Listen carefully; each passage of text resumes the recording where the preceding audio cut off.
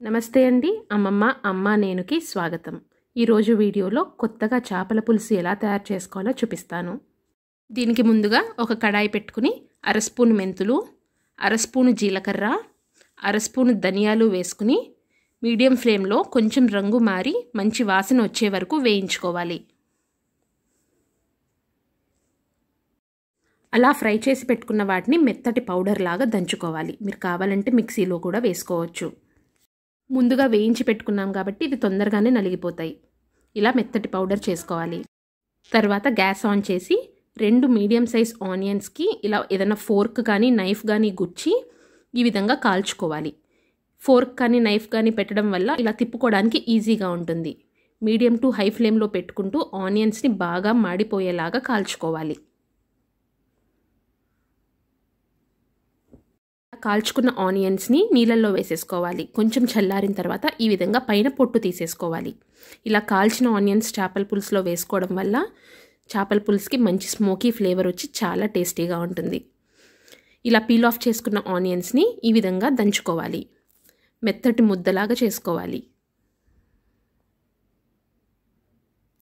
ఉల్లిపాయ ముద్దం పక్కన పెట్టేసుకుని దానిలోనే ఒక 15 నుంచి 20 వరకు వెల్లుల్లి రెబ్బలు వేసుకుని వాటిని కూడా మెత్తగా దంచుకోవాలి.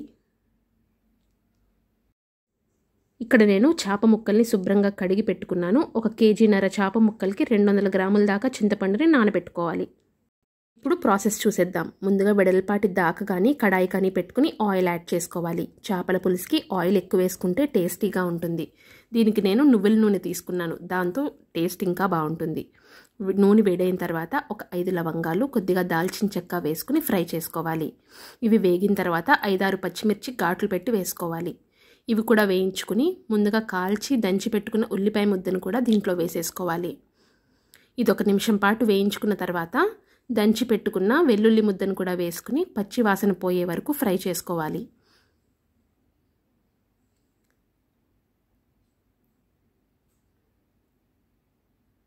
ఇది బాగా వేగిన తర్వాత కొద్దిగా పసుపు, ఉప్పు యాడ్ చేసుకుని ఫ్రై చేసుకోవాలి. చేపల పులుసుకి ఉప్పు, కారం, ఆయిల్ కొంచెం ఎక్కువ పడతాయి. ఉప్పు వేసుకుని మళ్ళీ ఒక 2 నిమిషాలు వేయించుకున్న తర్వాత కారం వేసుకోవాలి. 1 కేజీన్నర చేప ముక్కలకి 4 ఫుల్ టేబుల్ స్పూన్స్ దాకా కారం పడుతుంది.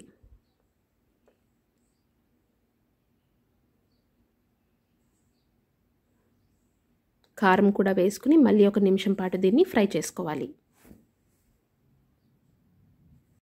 ఈ మసాలా అంతా బాగా వేగిన తర్వాత ఒక్కొక్కటిగా చేప ముక్కల్ని వేసేసుకోవాలి. సిమ్లో 1 నిమిషం పాటు మగ్గించుకోవాలి.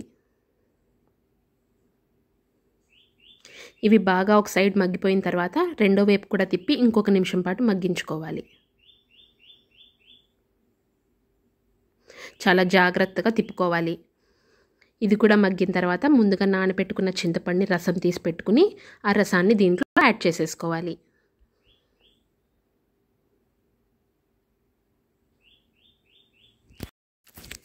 చింతపండు రసం పోసిన తర్వాత గరిటె పెట్టకూడదు, ముక్కలు విడిపోతాయి. ఇలా ఏదైనా క్లాత్తో పట్టుకుని దాకని ఇలా తిప్పుకోవాలి. మీడియం ఫ్లేమ్లో పెట్టుకుని 10 నిమిషాల పాటు మూత పెట్టి ఉడికించుకోవాలి. 10 నిమిషాలు మీడియం ఫ్లేమ్లో ఉడికిన తర్వాత ఆయిల్ అంతా ఇలా పైకి వస్తుంది. అప్పుడు మనం ముందుగా వేయించి దంచి పెట్టుకున్న మెంతులు, ధనియాలు, జీలకర్ర పొడిని యాడ్ చేసేసుకోవాలి. కొంచెం సాల్ట్ కూడా చెక్ చేసుకుని పడుతుంది అనిపిస్తే యాడ్ చేసుకోవచ్చు. పొడి వేసుకున్న తర్వాత ఇంకొక 3 to 4 మినిట్స్ పాటు సిమ్లో ఉడికించుకోవాలి.